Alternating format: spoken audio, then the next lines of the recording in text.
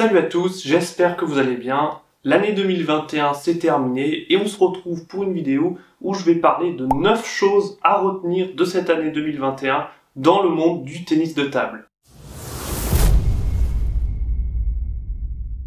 La première chose à retenir de l'année 2021, c'est WTT, donc cette nouvelle structure d'événements qui remplace l'ancienne structure de l'ITTF World Tour. Donc maintenant on a WTT World Table Tennis, et donc ce changement de marque, d'identité, donc changement de couleur, vous avez vu, changement d'angle de la caméra, tout ça a pour objectif de propulser le tennis de table au premier rang de la scène sportive internationale. L'objectif bien sûr c'est de rendre le tennis de table plus attractif pour tout le monde. On a eu des petits changements comme par exemple dans les tournois WTT maintenant, avant les demi, c'est le best of 5 ils disent, donc premier arrivé à 3-7, et à partir des demi, on est au premier arrivé à 4-7, donc le best of 7, pour rendre un petit peu plus, peut-être, provoquer plus de surprises, etc.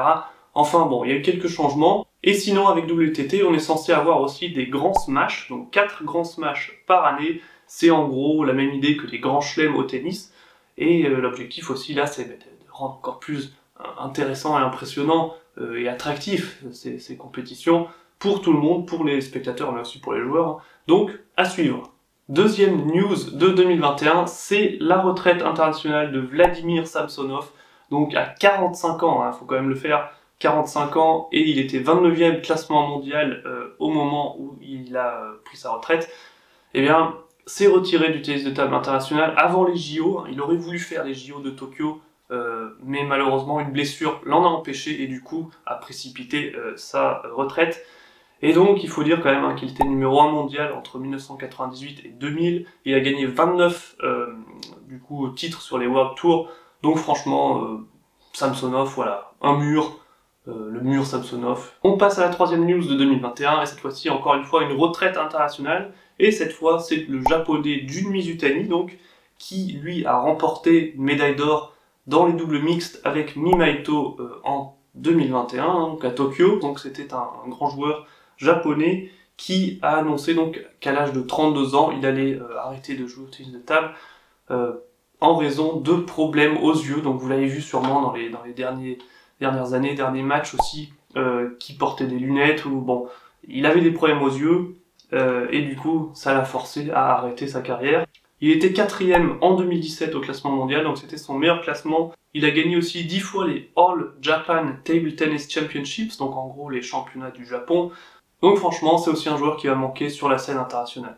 Quatrième news, cette fois-ci on va parler d'équipement. Vous avez sûrement entendu parler de cette nouvelle raquette, la Stiga Cybershade, sortie par Stiga, brevetée aussi, donc pour le moment vous trouvez que ça chez Stiga.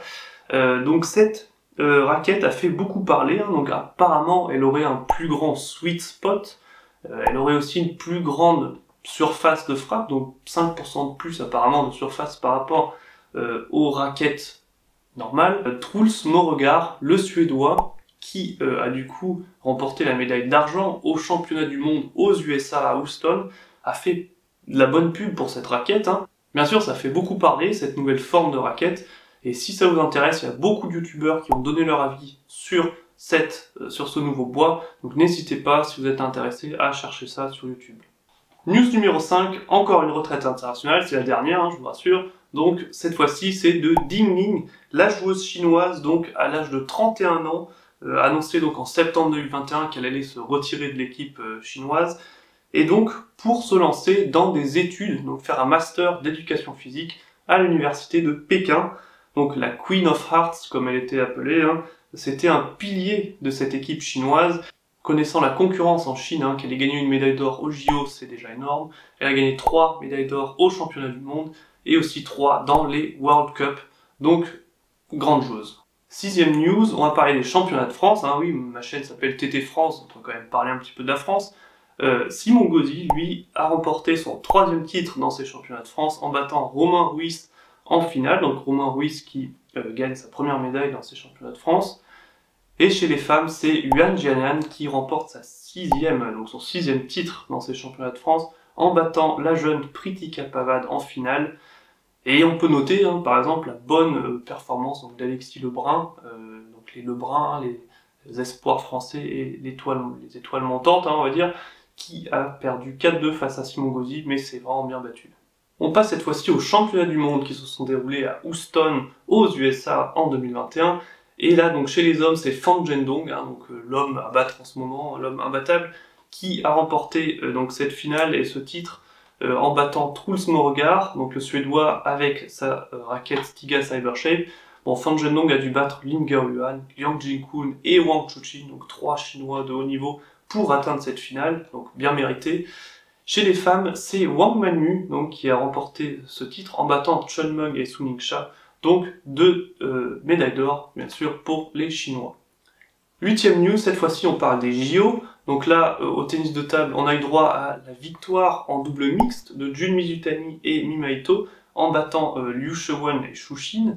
Donc ça a bien une grosse déception chez les Chinois, bien sûr, qui aspirent à gagner chaque médaille d'or aux JO. Par équipe, c'est l'équipe chinoise chez les hommes et chez les femmes qui ont remporté cette médaille d'or. Et donc, dans les simples, chez les hommes, c'est Ma Long qui a remporté une deuxième médaille d'or aux JO pour lui en simple, en battant son compatriote Fan Zhendong. Et chez les femmes, c'est Chun Meng qui remporte sa première médaille d'or dans les JO. Et on passe à la 9e news de 2021. Cette fois-ci, ça concerne encore l'équipement. Et cette fois-ci, on va parler des revêtements colorés. À partir d'octobre 2021, c'est autorisé d'avoir un revêtement autre qu'une couleur rouge. Hein. Donc on peut avoir soit rouge, soit vert, soit rose, violet ou bleu. Donc on a le choix entre ces 5 couleurs maintenant. La plaque noire, il faut toujours la garder, hein, mais sinon, on a le choix entre différentes couleurs. C'est autorisé, donc ça aussi, ça fait débat. Donc certains trouvent ça cool, on peut personnaliser un petit peu plus son revêtement. Vous avez peut-être vu Quadri Aruna avec son revêtement vert, du coup le nigérien. Et bon, d'autres trouvent ça pas fou. Chacun son avis, mais c'était une news de 2021.